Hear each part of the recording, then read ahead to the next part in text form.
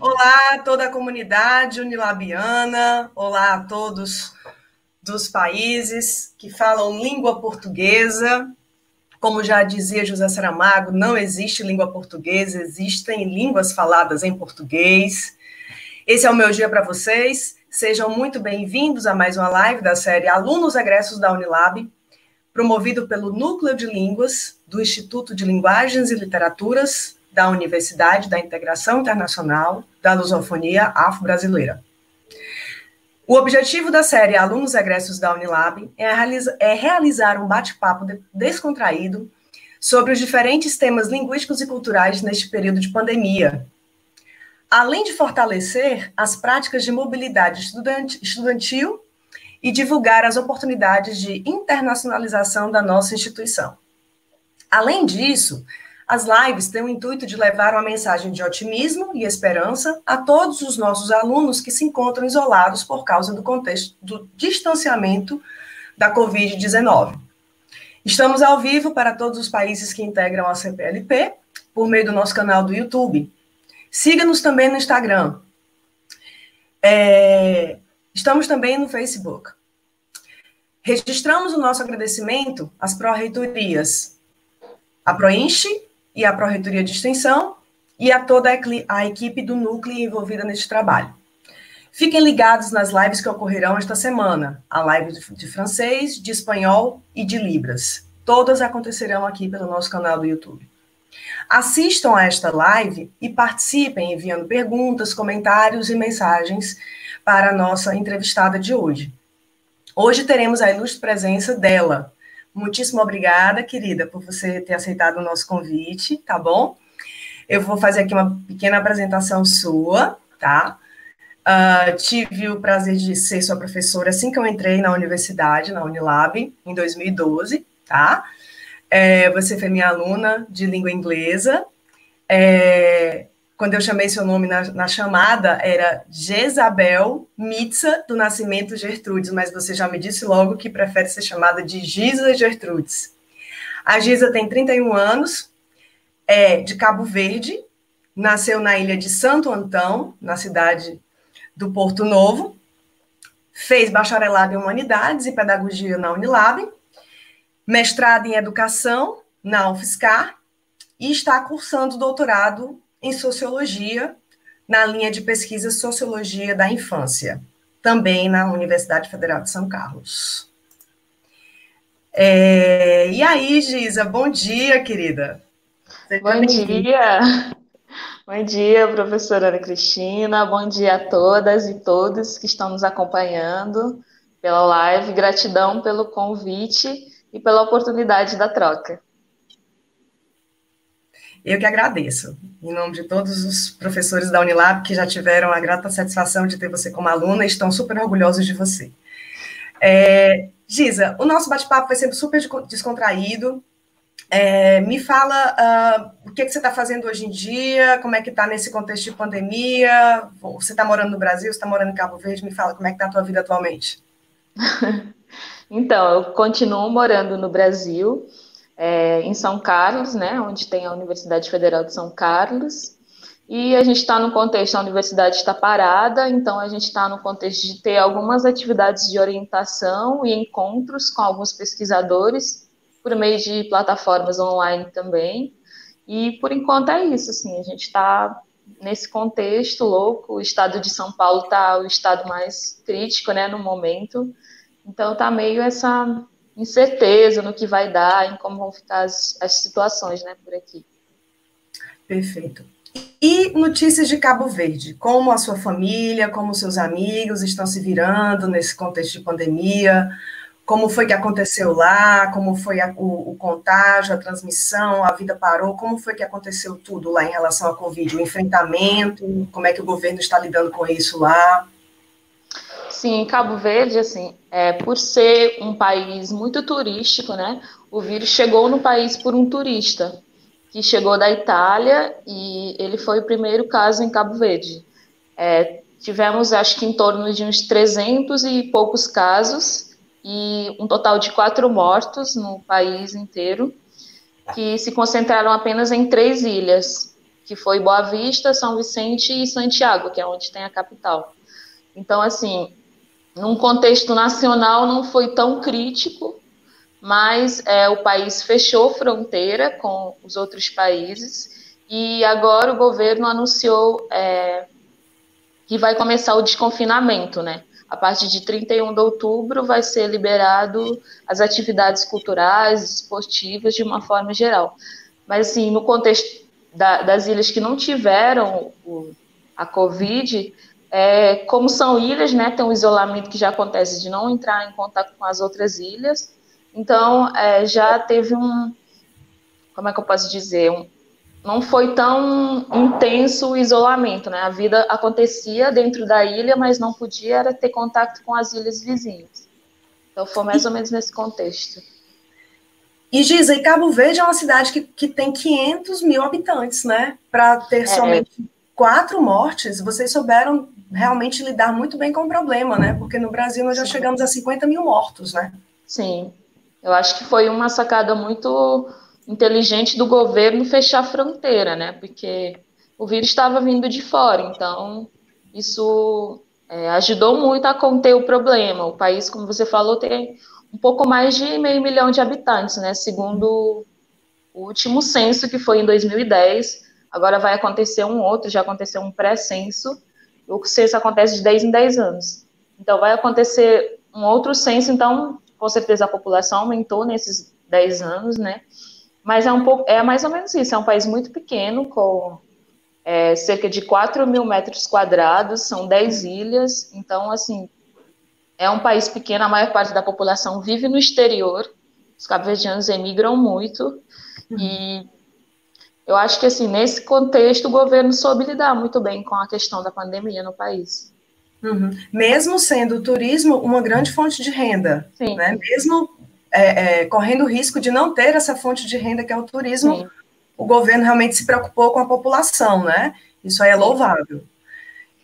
A minha última live foi com o aluno egresso do curso de administração pública, o Mário Cardoso Muniz, e ele mora hoje em dia em Timor-Leste. E ele me falou também que só teve uma morte ou 2 mortes até agora registradas, pouquíssimos casos também, porque Timor-Leste, o governo de lá, além de fechar as fronteiras, né, porque eles estão muito próximos da China, né, questão de algumas horas somente de avião e também de trem. Além de fechar as fronteiras, eles também receberam uma ajuda da equipe médica que veio de Cuba, né? Então, já tem essa excelência, essa fama, né, de ter essa excelência no tratamento de doenças, né, infecto-contagiosas. Então, eles tiveram, né, também outra brilhante sacada do governo, né? Sim. E vocês estão de parabéns, né?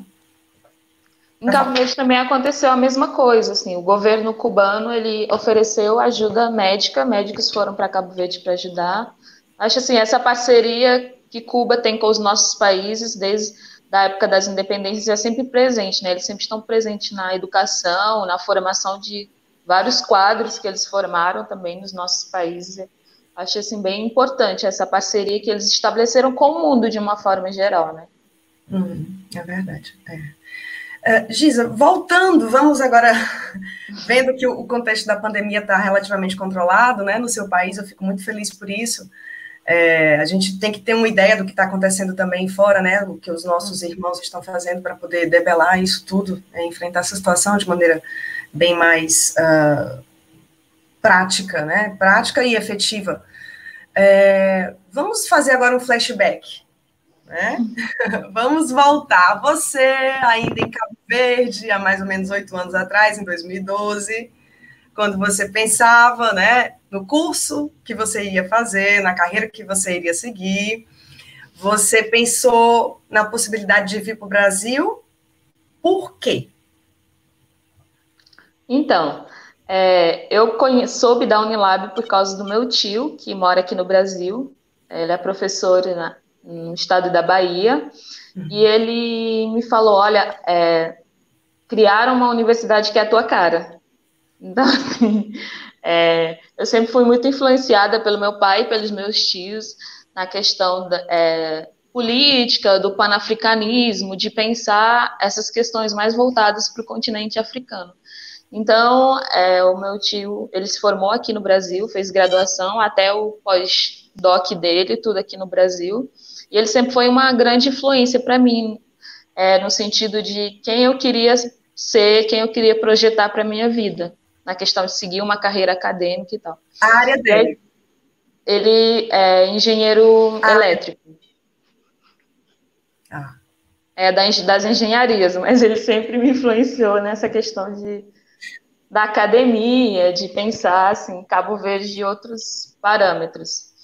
E quando ele me falou da Unilab, ele disse, olha, é uma universidade que vai abrir no Ceará, venha para o Brasil estudar. E aí eu comecei, muito com a ajuda dele, a pesquisar e até me candidatar para a seleção que aconteceu em 2012.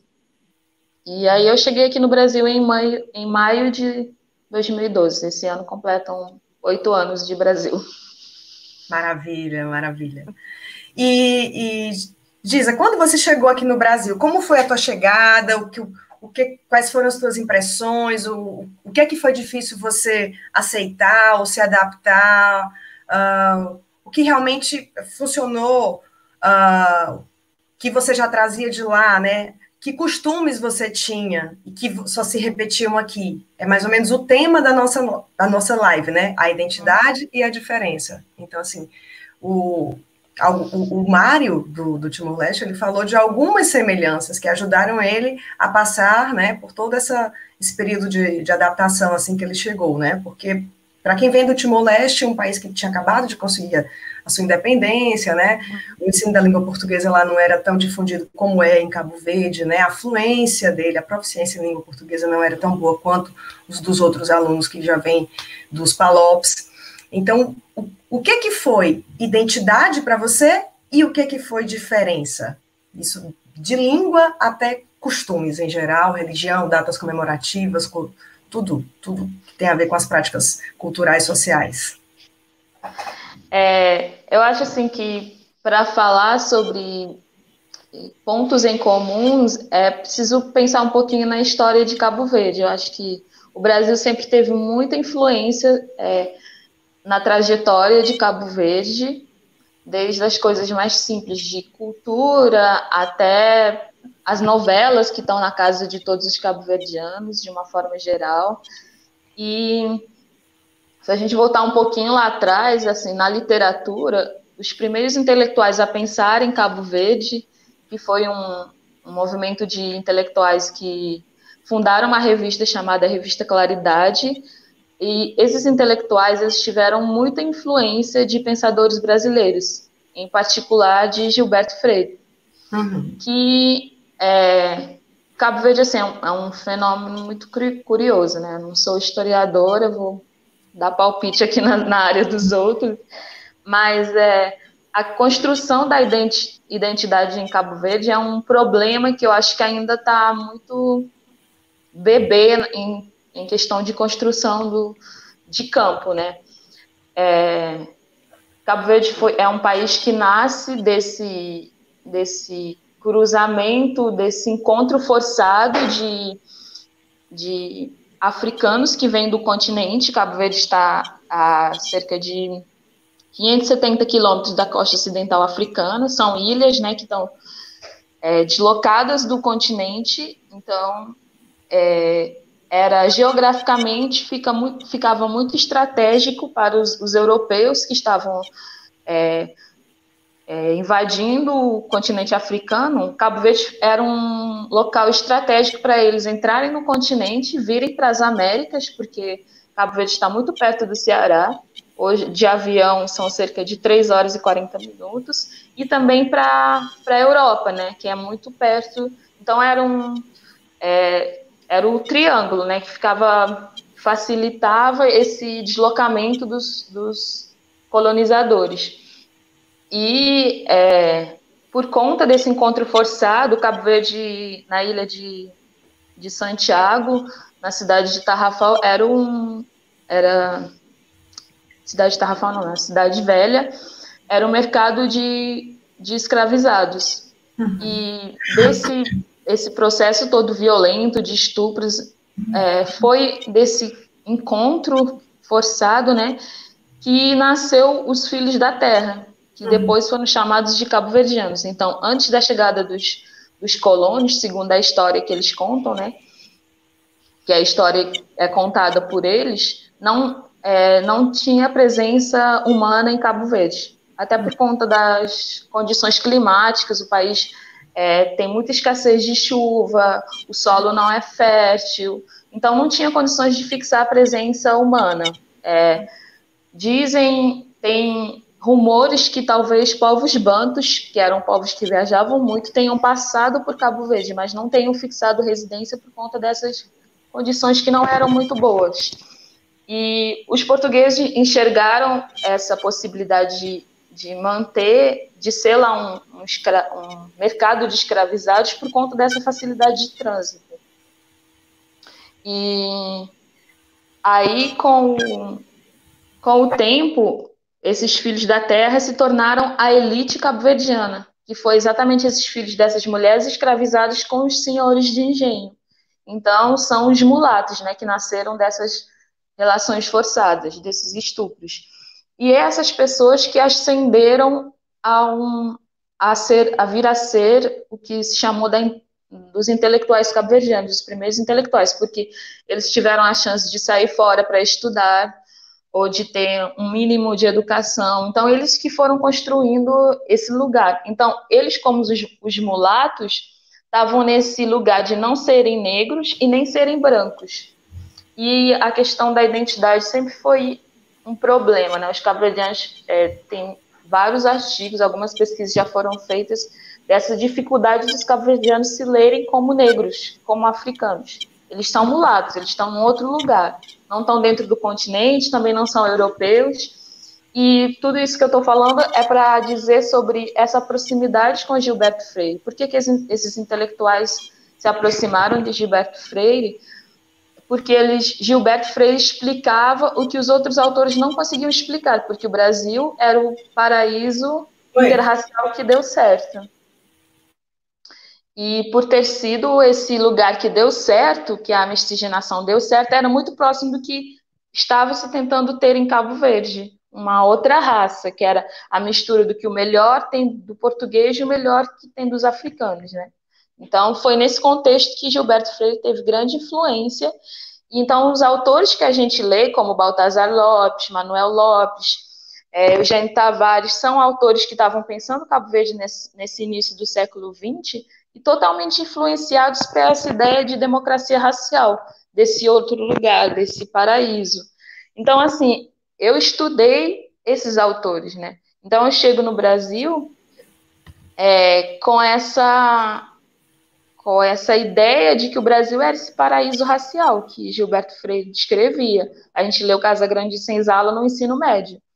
Então, assim, quando eu cheguei aqui e que eu deparei com o racismo, eu percebi que não tinha nada de democracia racial. Só que é um choque muito grande, porque você cresce assistindo novela, vendo Xuxa, Gugu e tudo isso, e vendo que ninguém fala de racismo, que o Brasil é praia, é Rio de Janeiro, é só sucesso, e quando você chega no interior do Ceará, uma universidade dentro de um lugar muito pequeno, que choca as pessoas que achavam que não tinha negros no Ceará, né? E foi um choque muito grande, assim, para mim. Eu acho que a coisa mais chocante foi me deparar com o racismo num lugar que eu jamais imaginaria que teria isso. Para mim, o Brasil era o lugar que todo mundo poderia viver, porque era um paraíso, né, de democracia racial. Acho que isso foi um choque muito grande.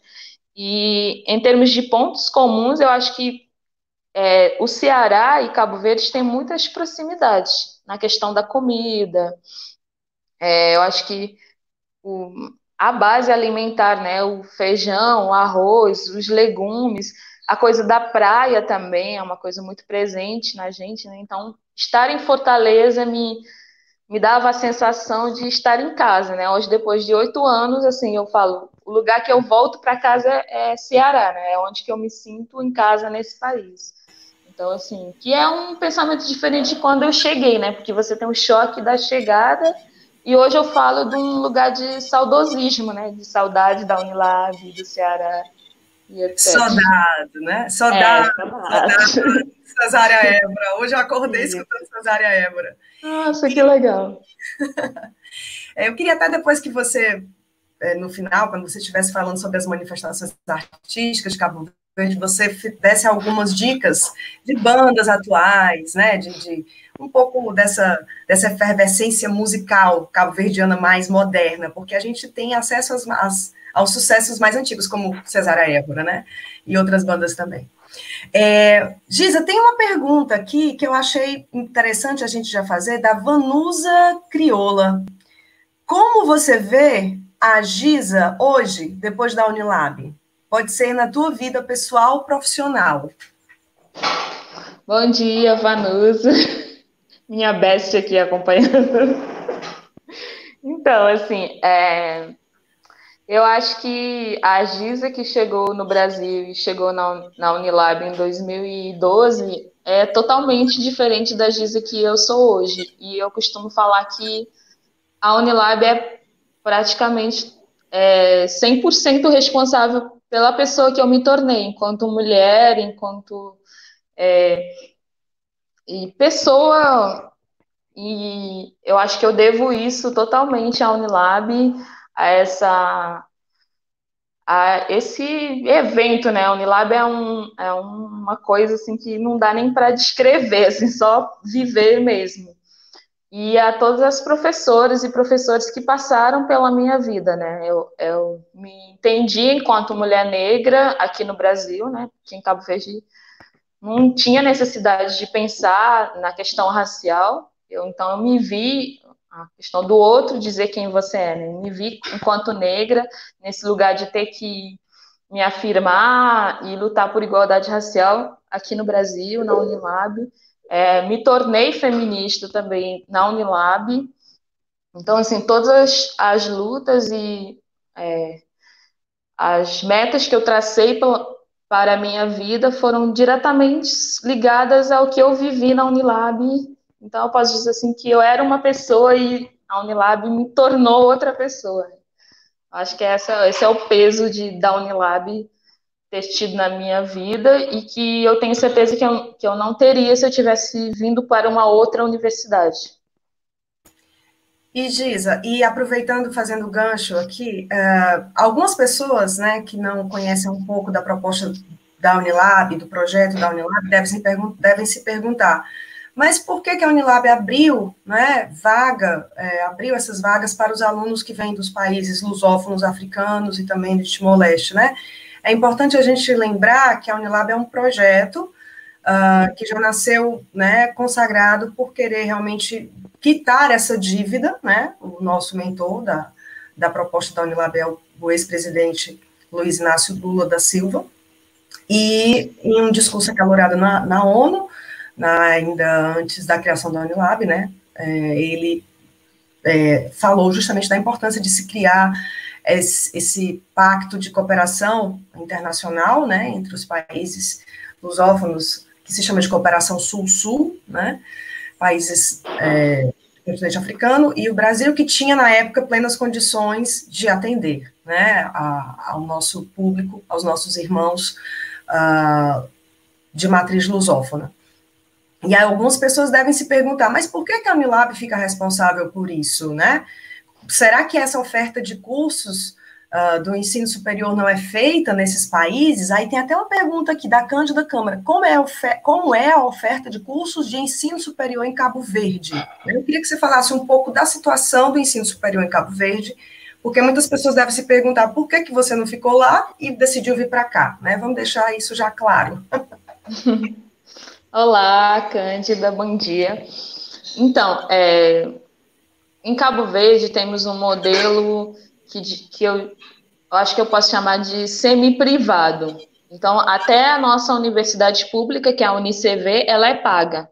Ela tem um valor, é quase um salário mínimo nacional e ela é paga. Então, para mim, e as outras universidades do país são privadas. E a mensalidade é muito cara. Para famílias, o país a maioria das pessoas tem uma renda baixa, né?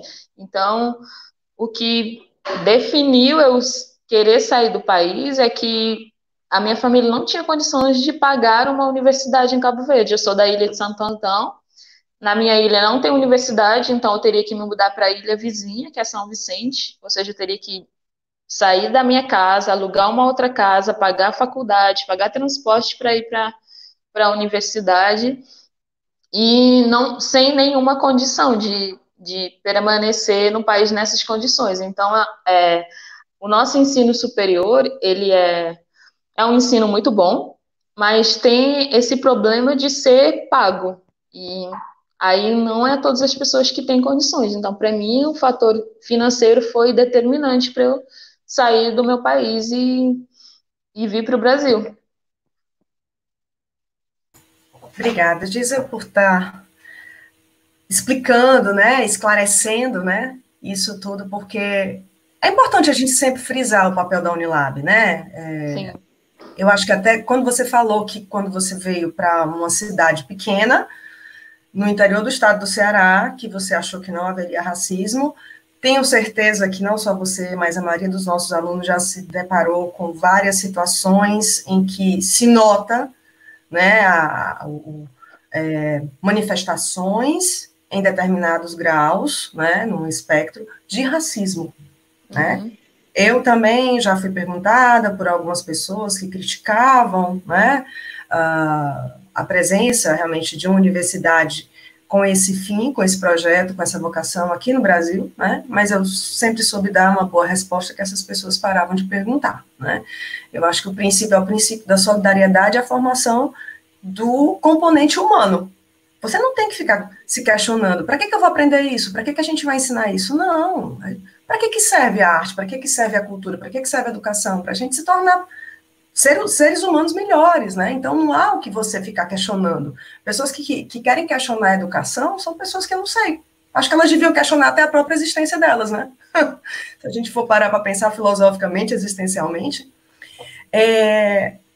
Falando um pouco de ensino superior e falando de alunos egressos, eu vou só fazer um pequeno gancho aqui, porque a professora Artemisa Candé, a nossa pró-reitora de Relações Institucionais, pediu para eu fazer a divulgação. Na página da Unilab, existe lá uma matéria chamada Mapeamento de Egressos Internacionais, certo? Uhum. É uma ação, certo, da universidade que objetiva, né, como uma política de ação de internacionalização, hoje eu estou meio afásica, visa atualizar o banco de dados da instituição, né? Então, quem puder responder a esse formulário, ele está na matéria. Você vai lá no site da Unilab e digita na aba de procura, onde tem aquela lupa, mapeamentos de egressos internacionais. Então, existe um formulário eletrônico que qualquer ex-aluno que tenha terminado o curso ou não, ou que começou, pode vir a preencher, tá? Todos os alunos internacionais pertencentes à CLP, né, Angola, Brasil, Cabo Verde, Guiné-Bissau, Moçambique, Portugal, São Tomé e Príncipe, Timor-Leste, além do Brasil também, a gente realmente conta, né, com esses dados. É tipo um levantamento, né, um mapeamento é um levantamento, né, que a coordenação de seleção, acolhimento e acompanhamento da Proinst está tentando fazer, tá? Principalmente para a gente melhorar a qualidade da formação, né, e o preparo desses profissionais para quando eles voltarem, ou voltarem para o seu país, ou então em outro país qualquer, em qualquer lugar do globo terrestre, onde ele possa realmente vir a trabalhar, ele esteja preparado para um mercado de trabalho e possa contribuir efetivamente, né, com o desenvolvimento econômico e social, tanto do país dele, quanto dos países parceiros, certo? Certo. Vou só aqui dizer os dados, tá? Uhum. De 2014 para cá, já passaram pela Unilab, tanto dos campi do Ceará, quanto da Bahia, lá em São Francisco do Conde, perto de 1.000 egressos internacionais. Da Angola foram 107, Cabo Verde 70, olha só, você deve conhecer muitos, a comunidade cabo-verdiana deve estar lhe prestigiando agora, nesse momento. Guiné-Bissau é o maior número, nós tivemos 590 alunos egressos. Moçambique é o menor número, 22 alunos, né? São Tomé e Príncipe, 55, Timor-Leste 62, além também de outros países como Costa do Marfim, Gabão e Portugal, né? Então, você que é aluno egresso da Unilab, que está, né, prestigiando aqui a nossa live do Núcleo, dê uma passadinha lá no site da Unilab e preencha esse mapeamento de egressos internacionais, tá bom? Que está na nossa página da Unilab. Então, voltando aqui, já vendi o peixe aqui da Proincha, a Artemisa vai ficar muito feliz. Voltando aqui à nossa entrevista, a gente combinou de falar sobre manifestações culturais, né, Giza? Sim. Tentando buscar aí ainda essa identidade, essa diferença na arte, na cultura, na culinária. A mesma pergunta eu te faço. Quais são as coisas aqui no Ceará que te lembram muito lá de Cabo Verde? De comida, de música, de dança, de arte, de tudo. Eu vou responder essa pergunta, mas vou pedir licença só para complementar um pouquinho da questão passada, que você estava colocando a questão do racismo, da xenofobia que os alunos internacionais sofrem no Ceará, né? E no Brasil de uma forma geral. E você estava falando dessa questão das pessoas questionarem a educação, a cooperação Sul-Sul. Eu acho que é importante dizer que se trata de cooperação, né? Cooperação quer dizer que são dois lados. E que eu acho que as pessoas deveriam refletir que brasileiros também são imigrantes, né? Estão em outros lugares do mundo. Recentemente teve um problema com brasileiros que estavam estudando e trabalhando em Portugal, sofrendo xenofobia, racismo. E aí eu vi várias pessoas manifestando. Aí eu falei, tomara que seja um momento para as pessoas refletirem, as pessoas que são racistas e xenofóbicas, que a gente é cidadão do mundo, a gente tem direito de residir e estar legalmente em qualquer lugar do mundo que a gente quiser. Principalmente nós africanos, porque a gente foi invadido nos nossos lugares, a gente teve a Europa saqueando o nosso continente durante milhares de tempos, e essa é a razão de hoje em dia a gente estar saindo do nosso lugar, porque o continente europeu empobreceu o nosso continente, que é um continente muito rico, não só culturalmente, mas em termos de recursos, e que se não tivesse tido esse saqueamento, que não foi somente, não parou com a colonização, né, tem o neocolonialismo, inclusive de países do sul do mundo, o Brasil está com empresas dessa galera aí, agro e companhia limitada, explorando as nossas terras, poluindo os nossos espaços. Então, assim, acho que antes das pessoas começarem a dizer sai daqui, não é teu lugar, ou vai para o teu país, a gente precisa pensar nessa questão que você falou mesmo, de que é uma questão humana, a cooperação, o homem sempre precisou, homens e mulheres sempre precisaram se ajudar para poder sobreviver. Então, não é uma questão de eu estou devendo para você ou você não deveria estar aqui. Eu acho que é uma questão de humanitária mesmo, assim, só para fechar a questão passada. Perfeito, Giza, perfeito. O link já está aqui, ó, certo? O link que eu falei dos alunos egressos para eles fazerem a inscrição deles no formulário eletrônico, já está aqui, é só clicar nesse link. A Vanusa também faz outra pergunta. Na realidade, ela pede para você frisar, né, uma ou mais disciplinas que te marcaram em algum momento da tua passagem dos cursos da Unilab. E aí, Giza, quais foram as disciplinas que decidiram aí, que te influenciaram bastante, decidiram o teu futuro aí no doutorado de Sociologia? Então, eu acho que a minha trajetória na pedagogia, na educação, porque embora eu esteja na sociologia, eu ainda sigo pesquisando infância, e crianças, que é um tema que me move, assim, enquanto pesquisadora. Eu acho que a pedagogia, em geral, e de início o BHU, né? As disciplinas do BHU, o BHU é um curso interdisciplinar que é fundamental, assim, para nos, como é que eu posso dizer, dar um sul, né? Não vou usar norte aqui, dar um sul na vida.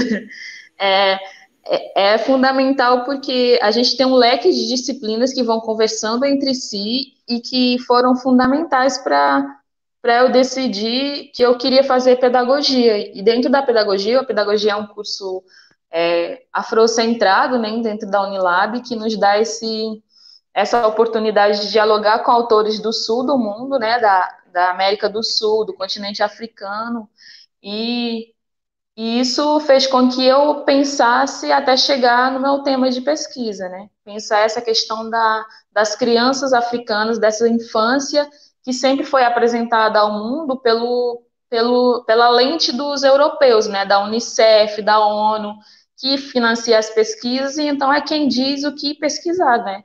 E a gente sabe que no imaginário de muitas pessoas, quando você fala de criança africana, você está falando de pobreza, de crianças em situação de rua, de guerra, desnutridas. Então, assim, o que eu quero propor é o direito à normalidade, né? As crianças falarem por elas falarem de um outro lugar, que não seja esse lugar de vulnerabilidade que sempre foi colocado. E eu acho que a pedagogia foi fundamental, assim, as disciplinas de uma forma geral, para eu chegar a pensar nesse tema, nesse problema de pesquisa. Meu microfone estava desligado. A gente combinou mais ou menos de falar um pouco da tua pesquisa, né, quais são os seus objetivos de pesquisa na sua linha de pesquisa atualmente, no seu programa de pós-graduação em Sociologia. Eu queria que você falasse os motivos que te levaram a fazer essa escolha, qual foi o teu caminho, o teu percurso acadêmico que te levou a escolher essa linha de pesquisa. Porque você poderia também ter escolhido um doutorado em educação, né? Sim. Que você tem a formação em pedagogia, né? Pretagogia, digamos assim. Mas o que te levou a ir para a sociologia? Então, a gente está deixando a cultura um pouquinho para frente, né? Vamos seguir no gancho da pesquisa. Eu fui, durante todos os anos da minha graduação, bolsista do PET, né? Que é o Programa de Educação Tutorial da Unilab, que é um PET interdisciplinar de letras e de humanidades. Durante todos os anos, desde 2013 até eu sair da Unilab, que eu estive no PET, foi sob a tutoria da professora Leia Menezes, que o PET também foi um programa que foi definidor, assim, na minha vida, porque o PET complementa a nossa formação, e por a professora ter sido uma professora da área de letras, a gente sempre teve, assim, esse aporte, assim, esse suporte para nos desenvolver na leitura, produção de texto de uma forma geral. Acredito que o PET foi, assim, bem importante nesse meu percurso. E eu entrei no mestrado pelo PEC-PG, que é um programa de pós-graduação para estudantes estrangeiros, africanos, asiáticos, latino-americanos, de uma forma geral. E eu estava saindo da pedagogia, eu estudei no meu TCC Concepções de Infâncias e Crianças em Guiné-Bissau e Cabo Verde, e no Ceará, tentando encontrar nesses três territórios pontos que ligassem. E eu fui pelo viés da brincadeira, quais eram as brincadeiras que eram brincadas nesses três territórios. E a conclusão que eu cheguei é que, tanto no Ceará quanto em Cabo Verde e Guiné-Bissau, se brincavam as mesmas coisas, só com nomes diferentes, porque eu entrevistei estudantes brasileiros, guineenses e cabo-verdianos. Então eu pesquisei, foram os relatos memorialísticos que essas pessoas tinham das suas infâncias, e elas me relataram as mesmas brincadeiras, assim. Todo mundo brincava de esconde-esconde, com nomes diferentes. As pessoas brincavam de bolinha de gude nos três territórios, brincavam de pular corda, a contação de história. Peão. Peão. Isso.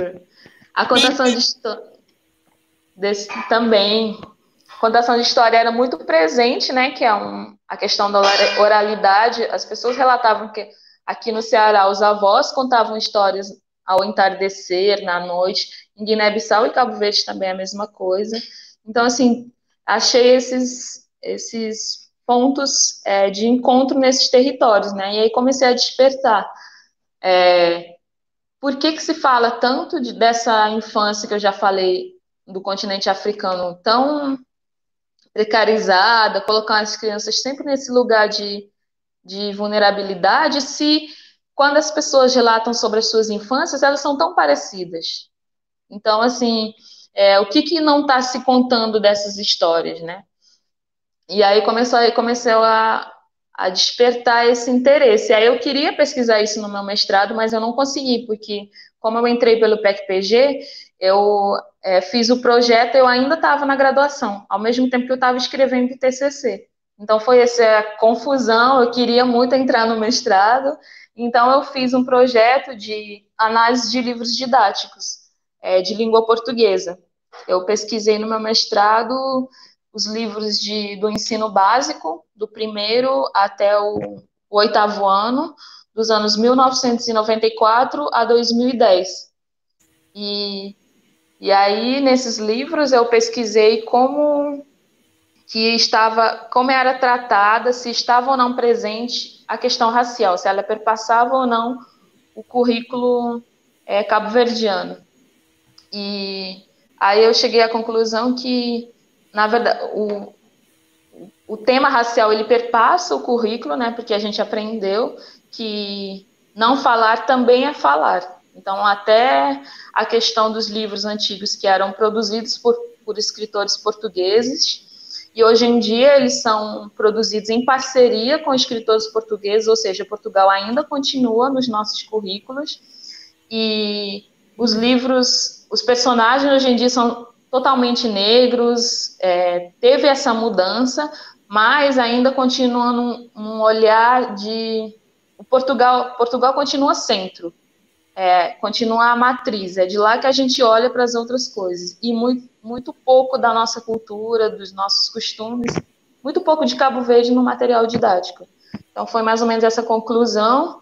E aí, assim, eu digo que desde que eu nasci, nunca mais parei de estudar, né? Então, eu defendi o meu mestrado em 28 de fevereiro, e dia 4 de março eu entrei no doutorado, ou seja, eu participei do processo também escrevendo a minha dissertação, né? Então, esse atropelo, e eu participei do processo escrevendo a minha dissertação, e aí eu consegui fazer o projeto para pesquisar a infância, né? E eu entrei na sociologia da infância porque eu estudei muito a professora Anete Abramovics na minha graduação. E ela é professora da UFSCar, na sociologia, que é uma dos maiores nomes de sociologia de infância no Brasil. E aí eu terminando, ela se mudou para a USP, mas continua orientando na sociologia da UFSCar. E aí eu prestei com ela e ela aceitou meu trabalho e a gente está... Então foi assim, uma alegria muito grande para mim poder trabalhar com um nome que eu sempre li, que eu sempre admirei. Isso também foi decisivo para eu decidir para a sociologia e não esperar até o processo de educação abrir. Então, assim, foi decisivo trabalhar com a Anete, que é uma pessoa que tem um currículo muito extenso nessa área e que pode contribuir e que ela pensa muito a criança a partir desse conceito da diferença. Então, foi decisivo para eu ter ido para a sociologia da infância. Obrigada, Gisa, mais uma vez. Nós temos a pergunta aqui do Lamba, o Lamba, que já foi professor do projeto de extensão La Francophonie à la Unilab, ou seja, o curso de francês, né, na Unilab. O Lamba pergunta, o que mais te marcou como estudante da Unilab? Você se sentiu integrada com outras comunidades que compõem a nossa universidade? Porque nós temos várias comunidades, né? Temos até as associações, os presidentes das associações, né? Os alunos guineenses, moçambicanos, cabo-verdianos, né? Você se sentia integrada com os outros ou você ficava sempre com a sua própria turma, com os seus próprios conterrâneos? Como é que era essa partilha aí, das práticas, das vivências diárias sociais, acadêmicas? Então, quando a gente chegou na Unilab, a gente foi forçado a se integrar entre nós, né? Nós, que eu digo os países que estavam vindo do continente africano, porque era uma identificação imediata, no sentido que a gente estava em outro lugar, então você se identifica com as pessoas que vêm do seu lugar, né? Interessante como isso acontece, né? Que até aqui quando eu encontro com alguém que é de Fortaleza, a gente se identifica, eu morei lá. Então, tem uma certa coisa que rola com o lugar, né, de onde a gente vem. E eu sempre, junto com outras meninas, a Ailene, né, que foi sua aluna na Letras, a Libânia, a Yadira, que fez Sociologia.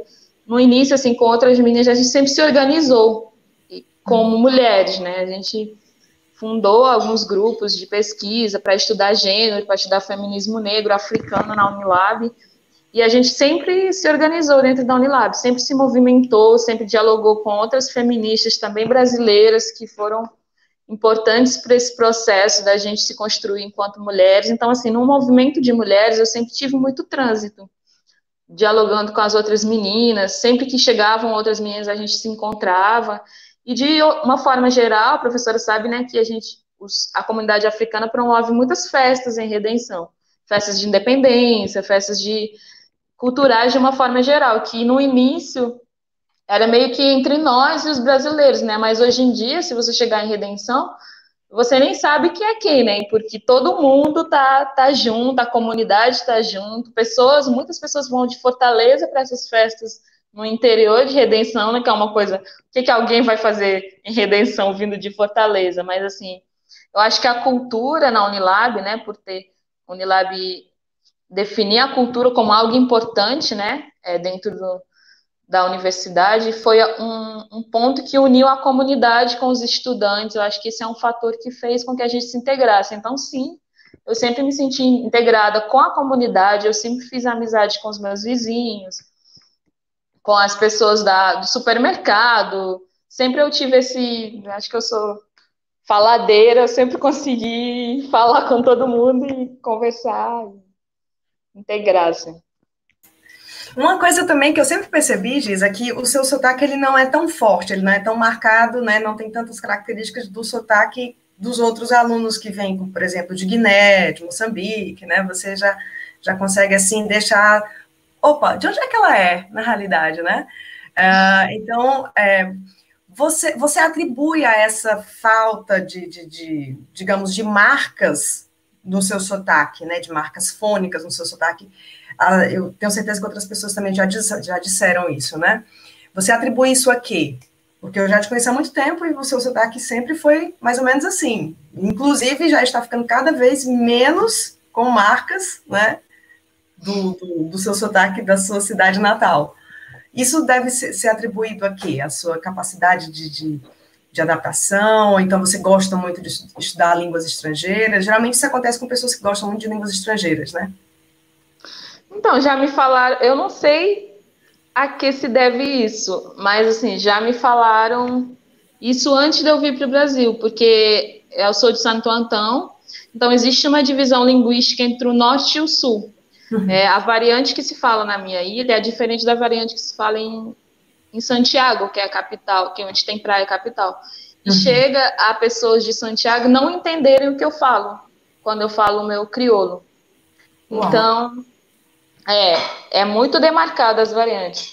Só que eu aprendi o crioulo da variante sul, né, do país, e eu já cheguei de falar com pessoas que nasceram em Santiago e elas não acreditaram que eu tinha nascido no norte, porque falavam que eu não tinha nenhum sotaque.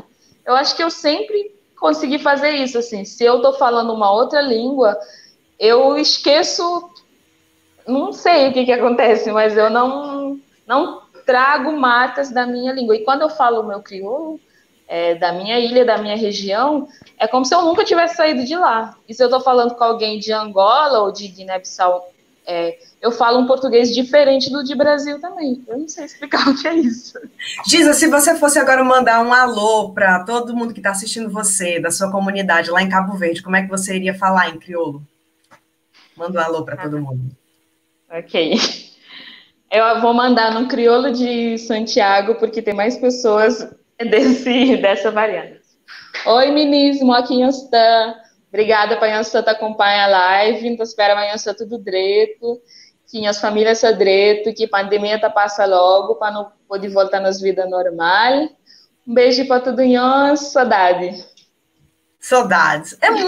Fica muito fácil de você entender. Eu entendi tudo. aliás, pelo contexto, né, comunicativo, né, dá para a gente entender, mas é muito próximo, realmente. O crioulo cabo-verdiano eu tenho mais facilidade de entender, de compreender, né, do que o guineense, por incrível que pareça. Não sei, não me pergunte, eu também. Vamos depois discutir isso linguisticamente. Sim. Puxando o gancho, você disse que andava com as meninas, que tinha sempre festas, né, quizombas, né, danças e culinária, porque numa festa, num momento de confraternização, principalmente quando você está longe do seu país, você parece que você traz mais à baila, você traz mais para a sua vivência os símbolos nacionais, né? Então, até como uma forma de você matar um pouco da saudade, né? A comida, como a cachupa, as danças, as músicas. Então, nesse ambiente festivo, o que era mais celebrado? O que era mais feito na cozinha? O que vocês faziam para poder amenizar um pouco a saudade aí do país? Eu acho que, como você falou, a comida e a música sempre estiveram presentes, assim, nas festas grandes e também nos finais de semana. A gente sempre se organizava, ia para casa de algum, comer uma cachupa, como você falou. Mas também a gente fazia muito esse intercâmbio, né? Então a gente comia o fungi de Angola, comia o chepo de Guiné-Bissau. Sempre tinha muito esse intercâmbio de culturas e essa fusão que se encontrava, né? Então, nas festas a gente escutava muita música de Angola, muita música de Cabo Verde, música de Guiné-Bissau.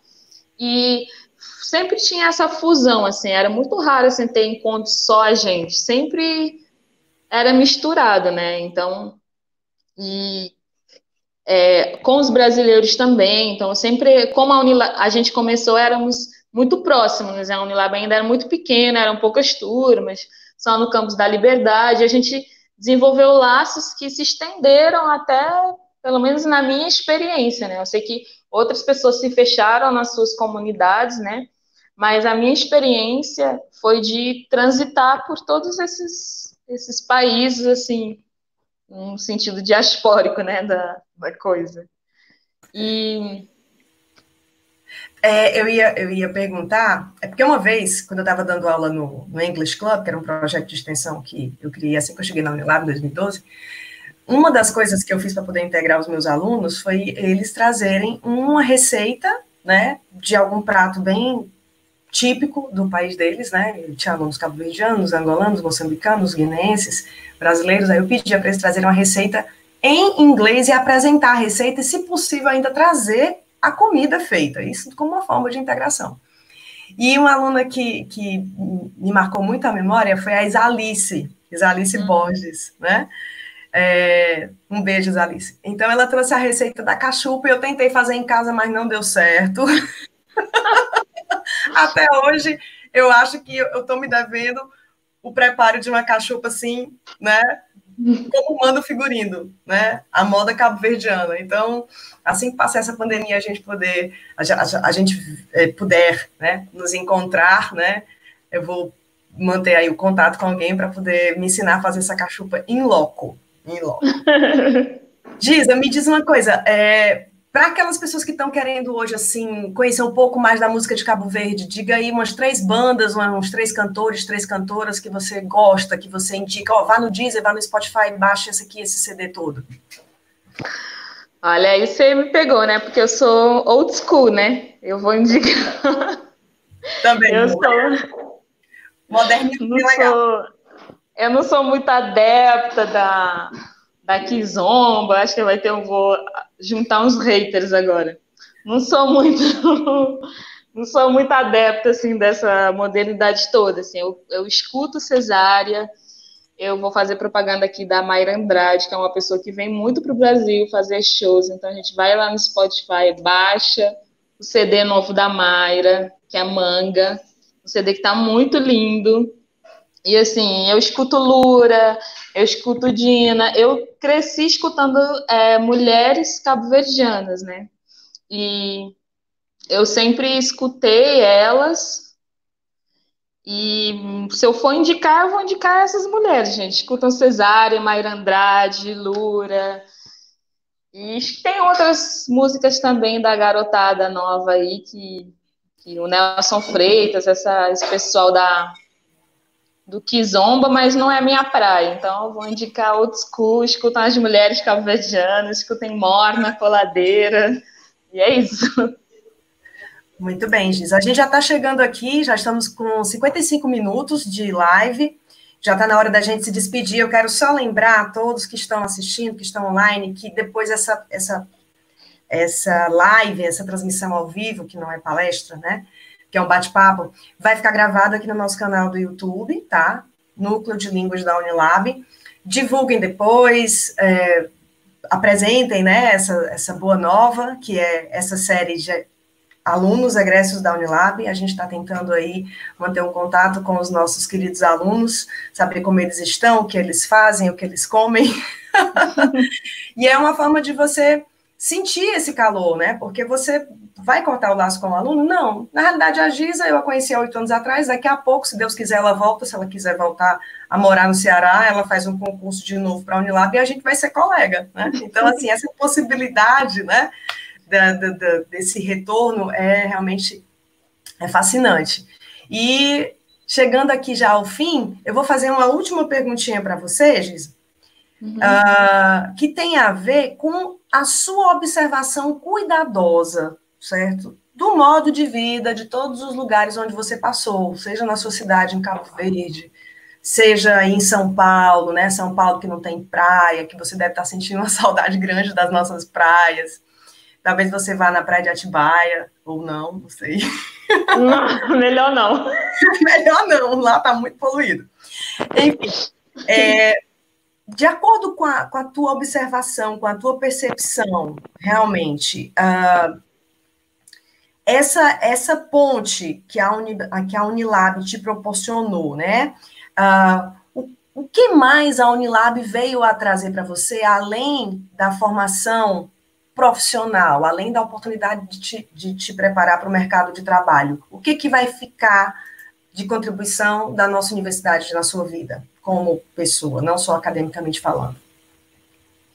Eu acho que as relações humanas, né? Eu estabeleci laços com pessoas de vários lugares, assim. Eu acho que do Brasil, de uma forma geral, eu sei que eu tenho, se agora eu quiser ir para o Ceará, eu tenho onde ficar, se quiser ir para Salvador, eu tenho onde ficar, se eu quiser ir para Guiné-Bissau, para Moçambique, para Timor-Leste, assim, onde que eu ia imaginar que eu ia estabelecer relações com as meninas de Timor, né, por conta do vôlei que a gente jogava. Então, assim, eu acho que os laços humanos, isso não tem academia nem formação que dê para você, né, o que você constrói em termos de laços, isso fica para a vida. Passaram 8 anos e eu ainda converso com as meninas de Timor, eu ainda converso com as meninas que já voltaram de Guiné-Bissau. E eu acho que isso é o que fica gravado assim, no meu coração, assim, é o que marca. Perfeito. Inclusive o Mário Muniz, também do Timor-Leste, hoje em dia ele joga profissionalmente no time de futebol de salão, lá em Dili, em Timor-Leste, que foi justamente uma herança da vivência dele aqui na Unilab, né? E eu me lembro dos jogos de vôlei, eu vi as meninas jogando vôlei também uma vez, fui convidada para jogar, eu sempre gostei, né? Quando eu estava também na universidade de jogar alguma coisa, eu também jogava basquete, vôlei, enfim, adorava esporte, que é uma forma também de se integrar, né? Então, mais perguntas não temos. E aí, Giz, a gente termina essa live. Eu aproveito para fazer um convite também, que nessa semana o Núcleo vai realizar com os nossos colaboradores lives de espanhol, tá? Com a nossa bolsista Emily. Também teremos live do francês, tá?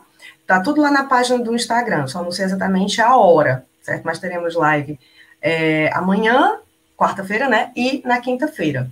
E live do francês com o professor Sabi Yari, ele está levando essa live com o Abdel.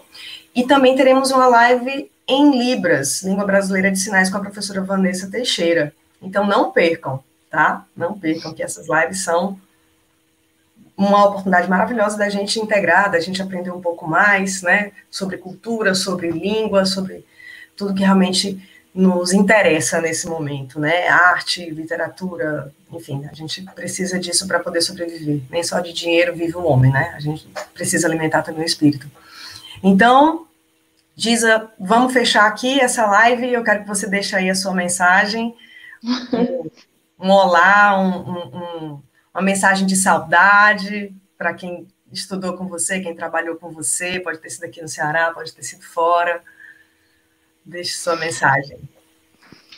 Primeiramente, eu queria agradecer à professora Ana Cristina pelo convite, né, por essa conversa tão legal que a gente teve aqui, né?